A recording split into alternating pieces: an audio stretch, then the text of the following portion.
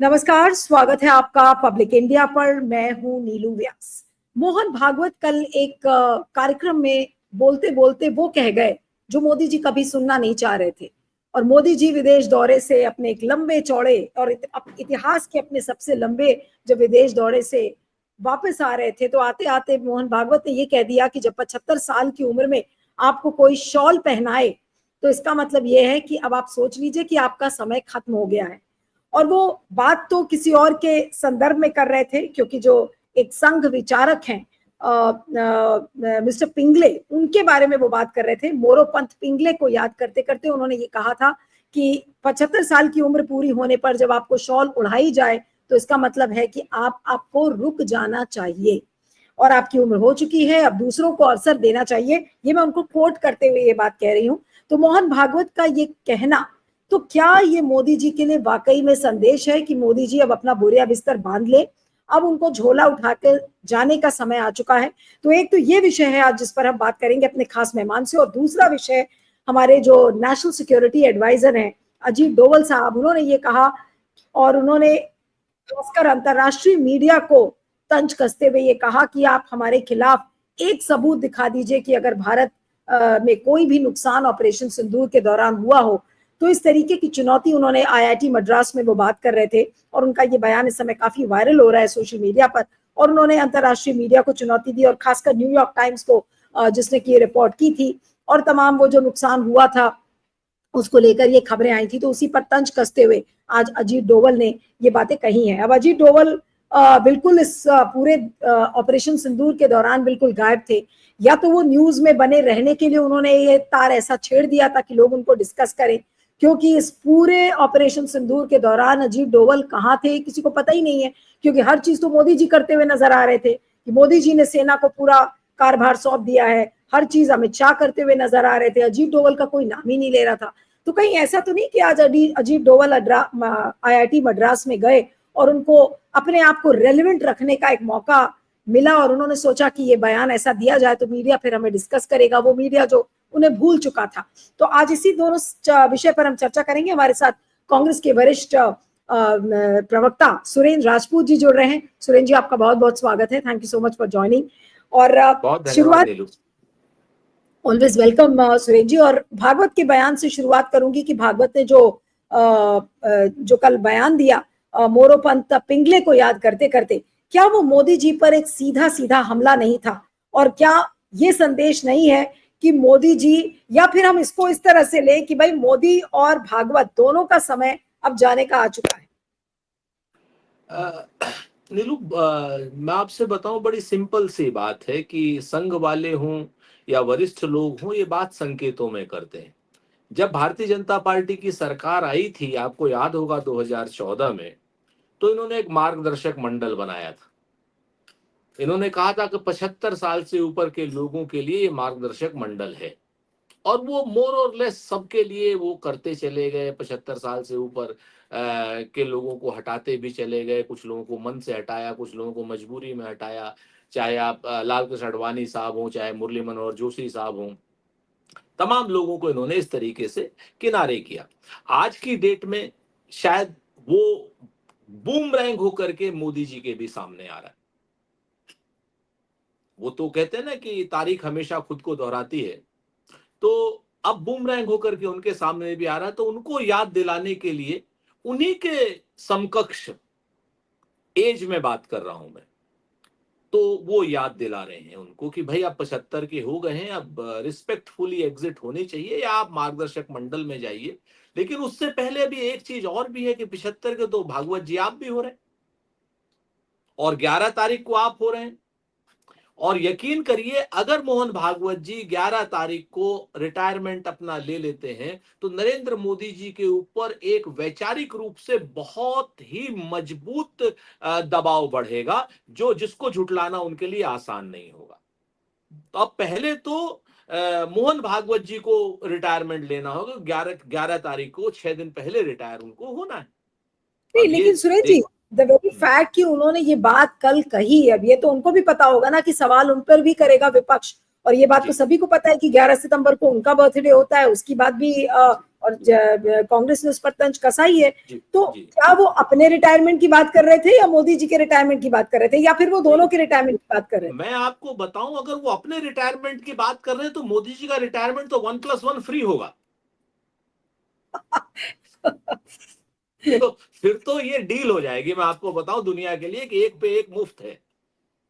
ये बात अपने आप में सच है, मैं जिम्मेवारी से कहता हूं इस बात को, क्योंकि फिर इस हद का दबाव होगा।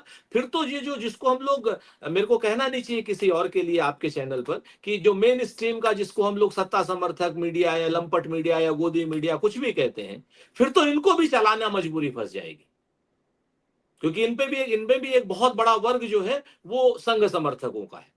तो आज की डेट में मेरा तो इतना कहना है कि अगर ये अपना भागवत जी अगर अपनी बातों पर ईमानदार हैं तो उनको रिटायरमेंट लेना पड़ेगा। अदरवाइज इकबाल का वो शेर उनके लिए याद आता है कि इकबाल बड़ा मनमोहक है, मन बातों से मोह लेता है, गुफ्तार का गाजी बन तो गया, किरदार का गाजी बन ना सका। तो अगर ये किरदार के गाजी नहीं बनेंगे तो दूसरे को क्या सिखाएंगे ये लोग?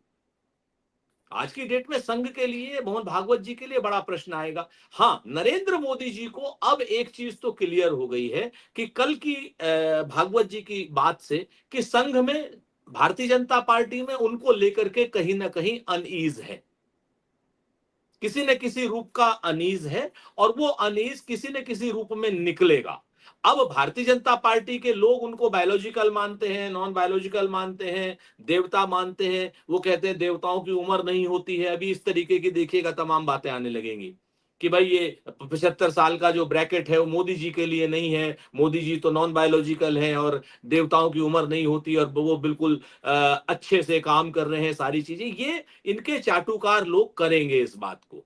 लेकिन आप में जो ईमानदार मीडिया है, जो अल्टरनेटिव मीडिया है, जो आम जनता है ईमानदार रूप से जो चीजों को देख रही है, उसमें एक प्रश्न तो भागवत जी ने खड़ा कर ही दिया है, एक बड़ा दबाव दे दिया है। और ये दबाव अपने आप में इतना बड़ा हो जाएगा अगर भागवत जी स्वयं भी इसका वो ले लेते हैं, कॉग्निजेंस ले लेते हैं और वो स्वयं रिटायर हो जाते हैं। वरना भागवत जी की बात उस तरीके से हो जाएगी जैसे हम लोगों के, आप लोगों के दालान में बैठे हुए बुजुर्ग होता है जो खांसता रहता है, उल्टे तमाम बातें कहता रहता है, घर के बच्चे उसकी बात सुनते नहीं है।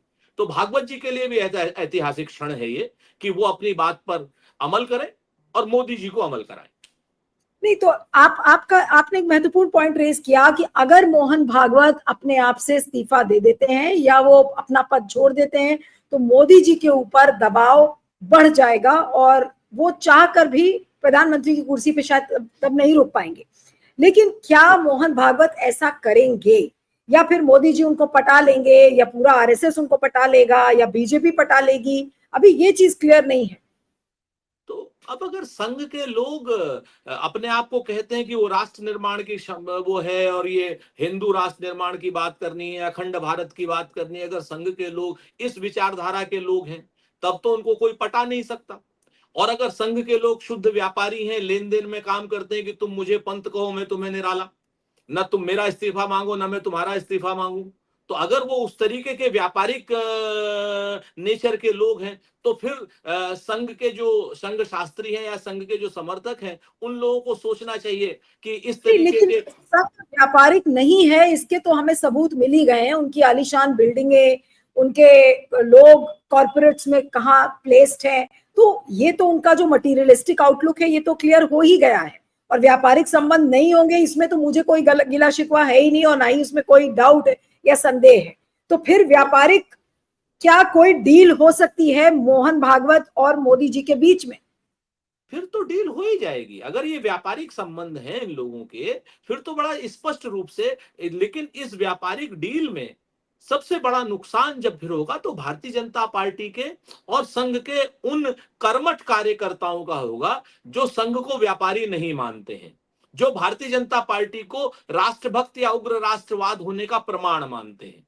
जैसे आप इस चीज को देखें कि हमारी सेना पीओके के सामने खड़ी हुई थी, 3 दिन के अंदर हमने पाकिस्तान को लगभग तबाह कर दिया था, उनके 13 एयरबेसेस को कर दिया था, 9 आतंकी ठिकानों को कर दिया था, पाकिस्तान की सेना घुटनों पर आ गई थी, सारी चीजें, और हम पीओके को लेने के लिए तैयार थे। एक व्यापार का ट्वीट आता है, एक व्यापारी का ट्वीट आता है, और उस व्यापारी के ट्वीट से हमारा सीज फायर हो जाता है, आपके सामने है। देखिए व्यापार कितना, तो आज की डेट में जो भारतीय जनता पार्टी के उग्र समर्थक थे वो भी इस चीज को नहीं क्या नाम स्पेसिफाई कर पा रहे हैं, नहीं उससे सहमत हो पा रहे हैं कि साहब अचानक से डोनाल्ड ट्रंप के ट्वीट के बाद ही क्यों सीज फायर हुआ। वो बताते हैं, वो हमें कोशिश करते हैं समझाने की, लेकिन वो खुद नहीं समझ पा रहे। तो एक बहुत बड़ा वर्ग संघ का और एक बहुत बड़ा वर्ग भारतीय जनता पार्टी का फिर नरेंद्र मोदी से और मोहन भागवत जी से निराश होगा। अब वो निराशा किस हद तक जाएगी, एक चीज तो तय है कि अब 11 से लेके 17 के बीच में इनको ये बताना है कि ये मोदी जी को और भागवत जी को बचाना चाहते हैं या संघ और भारतीय जनता पार्टी को बचाना चाहते हैं। ये नहीं लेकिन दोनों में से एक जाएगा। बिल्कुल क्या ये एक तरीके का लिटमस टेस्ट मोहन भागवत के लिए भी नहीं है, क्योंकि मोहन भागवत को अब ये साबित करना है कि उनको अपनी कुर्सी बचानी है या अपनी और मोदी जी की साथ में बचानी है। और ये बात आप बिल्कुल सही कह रहे हैं कि भाई कोई व्यापारिक डील होगी तो क्या ये 75 को लेकर कोई व्यापारिक डील संभव है, या निश्चित आपको लगती है कि कुछ ना कुछ ऐसा होगा मोदी जी और मोहन भागवत के बीच में? जी, एक चीज तो तय है, अगर डील हुई तो साख जाएगी, और अगर डील होती है तो साख भागवत जी की भी जाएगी, मोदी जी की भी जाएगी, संघ की भी जाएगी, भाजपा की भी जाएगी। फिर डील के बाद, व्यापार के बाद साख खत्म। पीओके आपने नहीं लिया, आपने युद्ध विराम कर दिया, आपकी साख कम हुई, खत्म हुई। 22 बार डोनाल्ड ट्रंप कह चुके कि हमने युद्ध विराम कराया, एक बार भी नरेंद्र मोदी जी के मुंह से नहीं निकला कि उन्होंने नहीं कराया। साख आज की डेट में स्टेक पर है। यहां पर साख स्टेक पर है क्योंकि विदेश मंत्रालय हमारा कोई बात कह रहा है, कोई और कह रहा है, लेकिन यहां पर तो बहुत स्पष्ट हो जाएगा, संघ की, भाजपा की, मोदी जी की और भागवत जी की, चारों की साख खत्म होगी अगर ये डील करते हैं तो।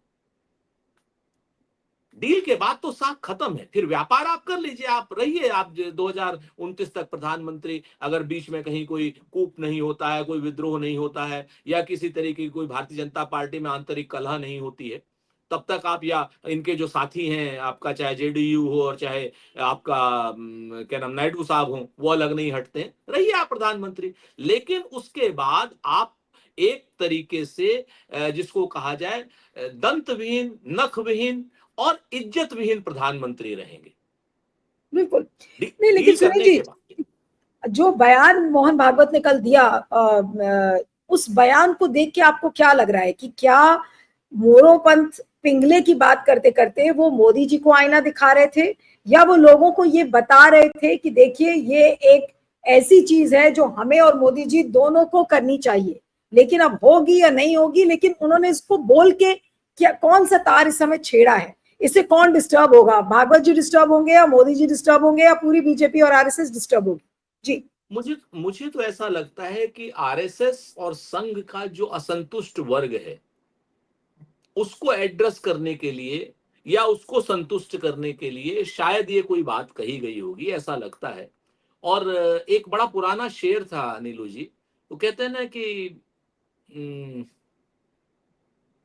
मैं अभी अभी बताता हूं आपसे, वो एकदम अचानक से समंदर ये तेरी खामोशी कुछ और कहती है, मगर साहिल पे टूटी कश्तियां कुछ और कहती हैं, और मेरी आंखों ने देखे इस शहर के कई मंजर, मगर अखबार की सुर्खियां कुछ और कहती हैं। कुछ अंदर पक रहा है, संघ के और भाजपा के भीतर कुछ पक रहा है जो असहज है, और वो असहज जो पक रहा है वो हमें नहीं पता, इसके कई आपको वानगी मिलती है। आप इसका ये बयान देखें अपना भागवत साहब का, इससे पहले आप देखें कि 3 महीने से ज्यादा हो गए हैं ओवर ड्यू जेपी नड्डा को हटाने के लिए, नया भाजपा का अध्यक्ष बनाने के लिए। उत्तर प्रदेश में भाजपा का अध्यक्ष नहीं बना, राष्ट्र में भाजपा का अध्यक्ष नहीं बना है।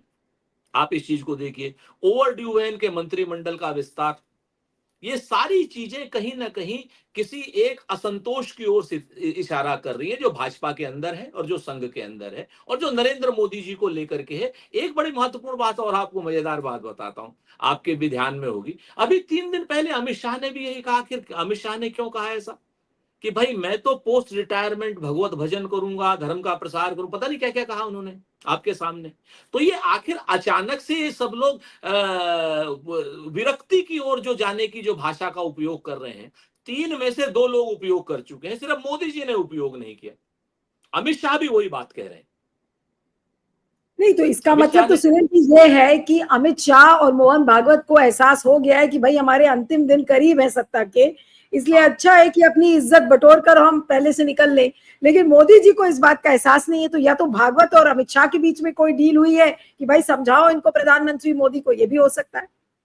बिल्कुल हो सकता है। मैं आपकी बात से, आपने बड़ी अच्छी बात कही, इस बात से मैं सहमत हूं कि कहीं ना कहीं या तो अमित शाह जी को डिस्परेशन है प्रधानमंत्री बनने का, हम्म। ये भी हो सकता है कि उन दोनों के बीच में कि अमित शाह जी के पास उम्र है तो वो कह रहे हैं अभी से। अमित शाह जी उनका नाम, अपना नाम लेकर के, या भागवत जी अपना नाम लेकर के इनको कह रहे होंगे कि आप रिस्पेक्टफुली एग्जिट कर रही हैं वरना लोग आपको हटाएंगे। तो ये भी बिल्कुल पूरी तरीके से संभव है। लेकिन सारी चीजों में एक चीज तय हो रही है कि संघ में, भाजपा में अंदर ही अंदर सब कुछ अच्छा नहीं है।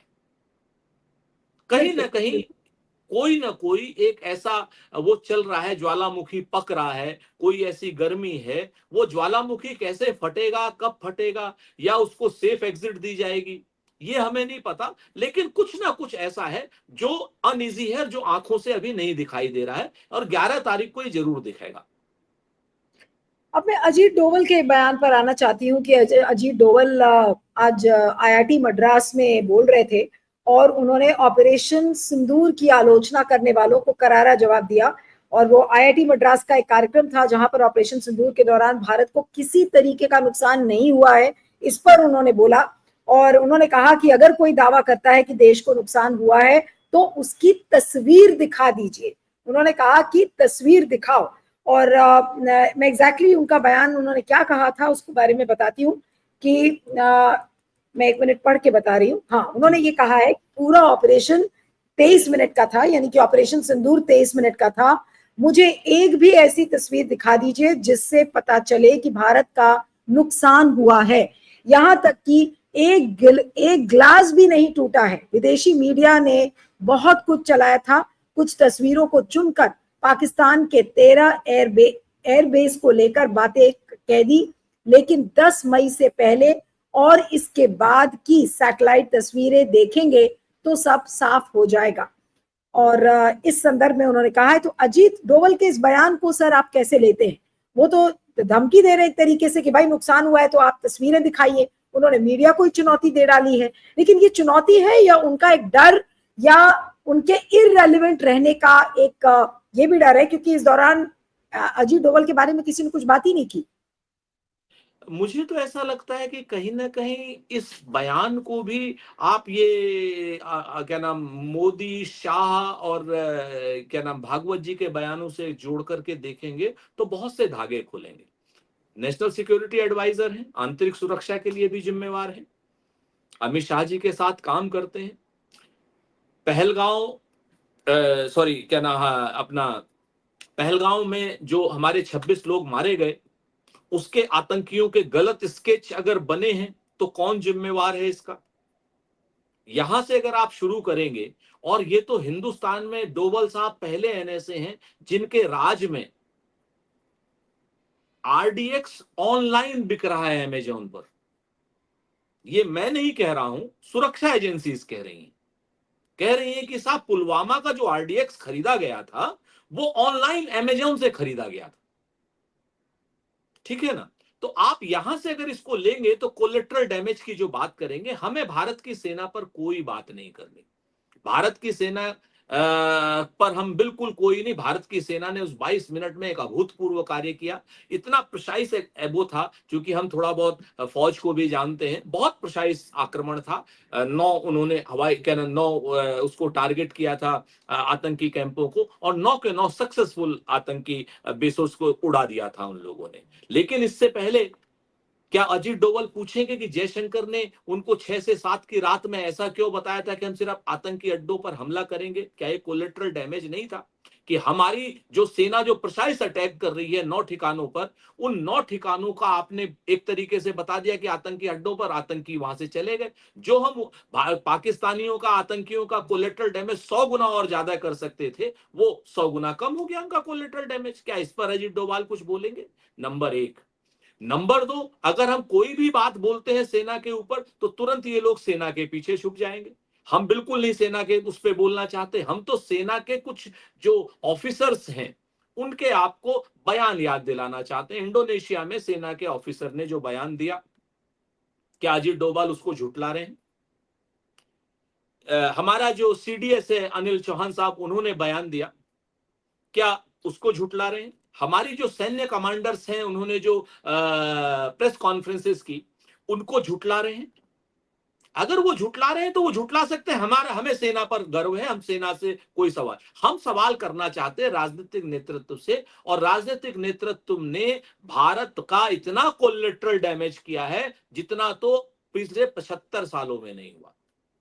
उस कोलेटरल डैमेज को आप उठाइए। पुलवामा के आतंकवादी आज तक नहीं पकड़े गए, और जब कुछ नहीं हुआ तो कह रहे हैं ऑनलाइन आरडीएक्स बिकता है।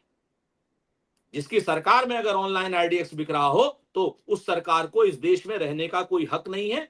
नरेंद्र मोदी जी को इस्तीफा दे देना चाहिए। नहीं, उसके लेकिन बाद आप जी आप मैं कह रही हूँ कि जो डोभाल साहब का जो ये कमेंट है, ये काफी वायरल हो रहा है, इसको किस संदर्भ में देखा जाए? ये सेना का अपमान करने वाला कमेंट है? जी हाँ, आप कुछ बोल रहे हैं? नहीं, मैं उसी बात पर आ रहा हूं। मैं कह रहा हूं ना कि वो तो सेना वाले जवाब दें। हम सेना पर कोई भी कमेंट, हम डोभाल पर कोई भी कमेंट करते हैं इस कमेंट को लेकर के, तो वो सेना के पीछे छुप जाएंगे। आप कुछ भी वो करेंगे उस सेना के पीछे। कारण क्या है कि एक ऐसा हताश निराश व्यक्ति जो सारी चीजें अपनी खो चुका हो, वो आज की डेट में सेना को आगे करके अपनी रेलिवेंसी को स्थापित करने की कोशिश कर रहे हैं। इस पर तो यही कमेंट किया जा सकता है, अपनी रेलिवेंस।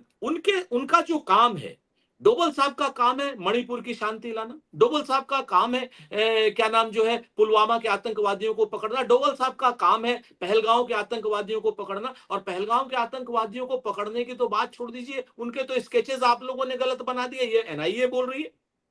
तो डोभाल साहब की बात पर भरोसा कौन करे, जो जबकि डोभाल साहब की जो सुरक्षा जिसके लिए डोभाल साहब जिम्मेवार हैं, वही काम पूरा नहीं कर रहे।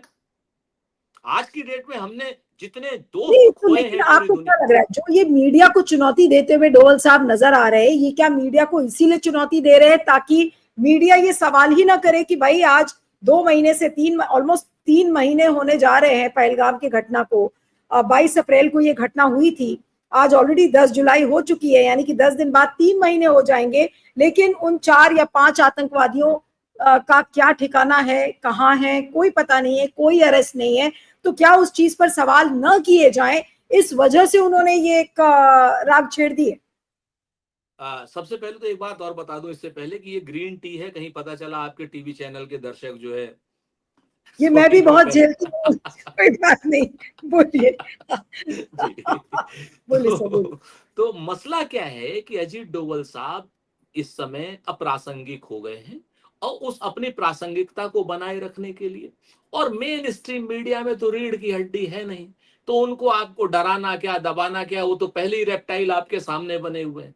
आप जैसे लोग जो अल्टरनेटिव मीडिया, तो अब मैं नहीं कहूंगा आप लोग मेन मीडिया हो गए हैं, आप जैसे लोग सवाल नहीं उठाएं, आप जैसे लोग खोजी पत्रकारिता ना करें, आप जैसे लोग उनसे कठिन प्रश्न न करें कि पुलवामा का आरडीएक्स या पुलवामा का जो विस्फोटक है वो ऑनलाइन कैसे बिक रहा है, आप जैसे लोग ये सवाल न करें कि वो 4 या 5 आतंकवादी थे, गए तो गए कहां, अभी तक मारे क्यों नहीं गए, उनको दोजक क्यों नहीं भेजा गया, आप जैसे लोग ये सवाल न उठाएं कि एक तरफ खामनेई है, ईरान का राष्ट्रपति है, जिसने पूरी इजराइल की सत्ता को और अमेरिका की सत्ता को चुनौती देकर के जीत के निकला, और एक तरफ हम हिंदुस्तान में एक ट्वीट आता है और हम सीज फायर कर जाते हैं।